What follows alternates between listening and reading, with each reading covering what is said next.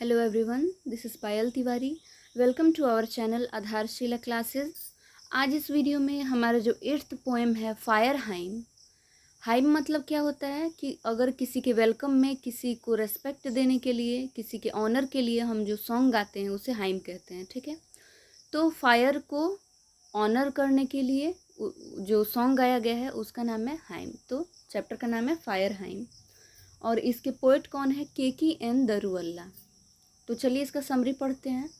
फायरहाइम, the poem fire hymn has been composed by Keki N Daruwalla, यानी Keki N Daruwalla के द्वारा इस पोएम को कंपोज किया गया है। Keki N Daruwalla is an Indo Anglian poet. ये क्या है? एक इंडो एंग्लियन पोएट है। ही इज़ अ पारसी और एक पारसी भी हैं।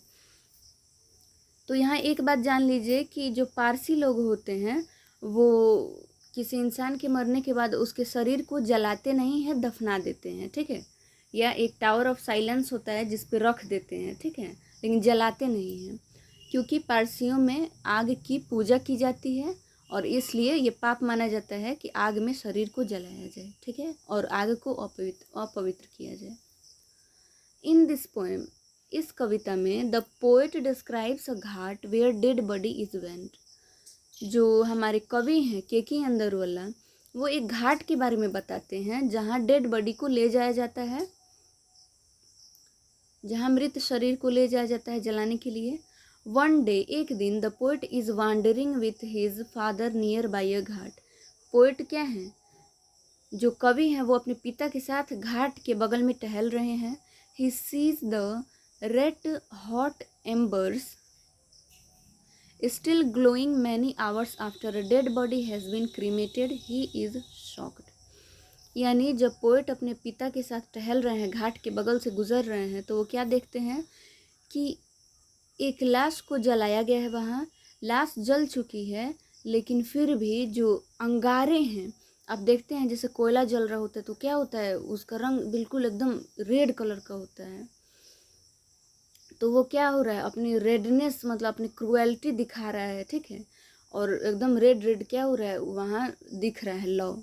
और ये देख के जो पोएट हैं केकी एन दरुवल्ला वो काफ़ी शॉक्ड हैं। क्यों?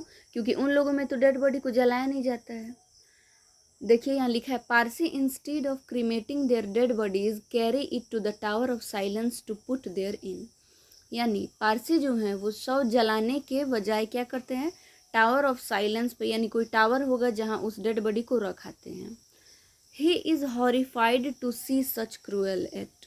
यानी जो पोएट हैं केकी एन दरुवल्ला, वो इस कार्य को देख के, यानी शव को जलते देख के, वो अंगारे देख के क्या हो रहे हैं, काफ़ी डर गए हैं। ठीक है, और काफ़ी अचंभित भी हैं। The poet once 25 years back had consigned his first child to the flames because the tower of silence was far away from his residence। यानी 25 साल पहले जो पोएट हैं उन्होंने अपने पहले बच्चे को वैसे ही आग में जलाया था। क्यों?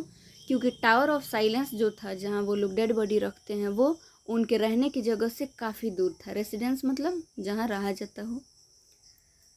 यानी कहने का मतलब है कि पोएट का जो पहला बच्चा है वो मर गया होगा, तो जो टावर ऑफ साइलेंस था वो बहुत दूर था, इसलिए उन्होंने भी क्या किया, आग में जला दिया उस बच्चे को। ठीक है, the poet says that to burn a dead body is an inhuman act.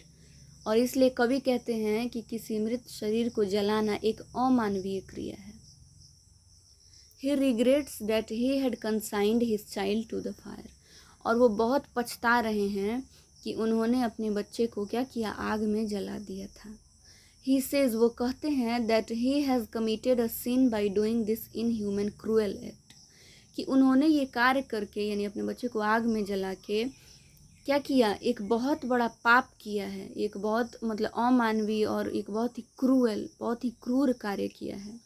He asks forgiveness, और वो क्या कर रहे हैं, क्षमा मांग रहे हैं। ठीक है, वो क्षमा प्रार्थी हैं इस बात के लिए। वो बहुत पछता रहे हैं कि उन्होंने ऐसा क्यों किया, क्यों आग को अपवित्र किया, क्यों उस अपने बच्चे के मृत शरीर को आग में जलाया। ठीक है, आई होप ये पोएम आपके समझ में आ गया होगा। मिलते हैं नेक्स्ट वीडियो में नेक्स्ट पोएम की समरी के साथ। Thanks everyone for watching my videos.